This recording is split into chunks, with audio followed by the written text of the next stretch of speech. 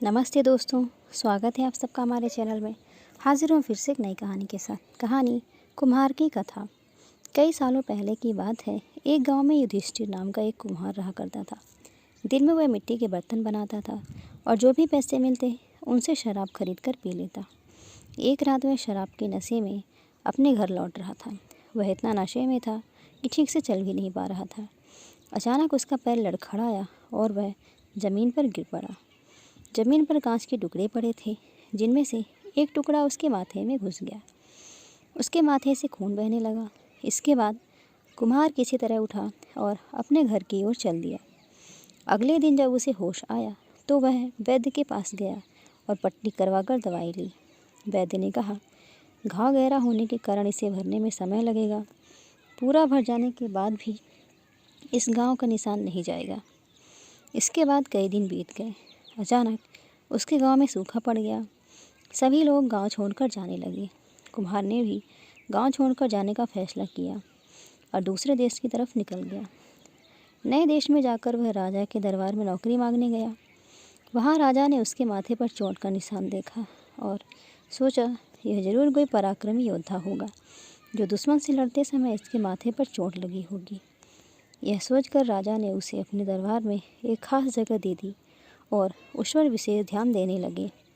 यह देखकर राजा के दरबार में मौजूद राजकुमार, सेनापति और अन्य मंत्री उससे जलने लगे।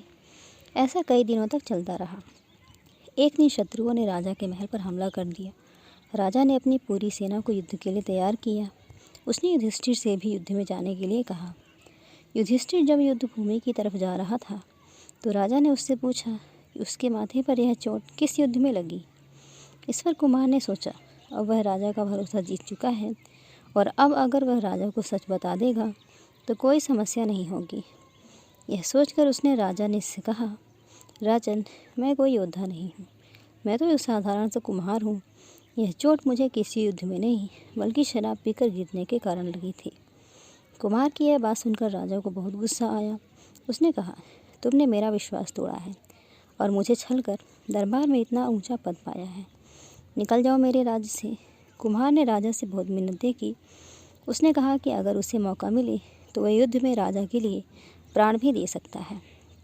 राजा ने कहा, तुम चाहे जितने भी वीर और पराक्रमी हो, लेकिन तुम शूरवीरों के कुल से नहीं हो। तुम्हारी हालत शेरों के बीच रहने वाले उस गीदड़ की तरह है जो हाथी से लड़ने की जगह उससे दूर भागने की बात करता है। मैं तुम्हें जाने दे रहा हूँ, लेकिन अगर राजकुमारों को तुम्हारा राज पता चल गया तो वो तुम्हें मार डालेंगे। इसलिए कहता हूँ कि अपनी जान बचाओ और भाग जाओ। कुम्हार ने राजा की बात मानी और तुरंत उस राज्य को छोड़कर चला गया। दोस्तों, ये कहानी आपको कैसी लगी ज़रूर बताइएगा। लाइक करिएगा। चैनल पे नए हो तो चैनल को सब्सक्राइब करिएगा। धन्यवाद।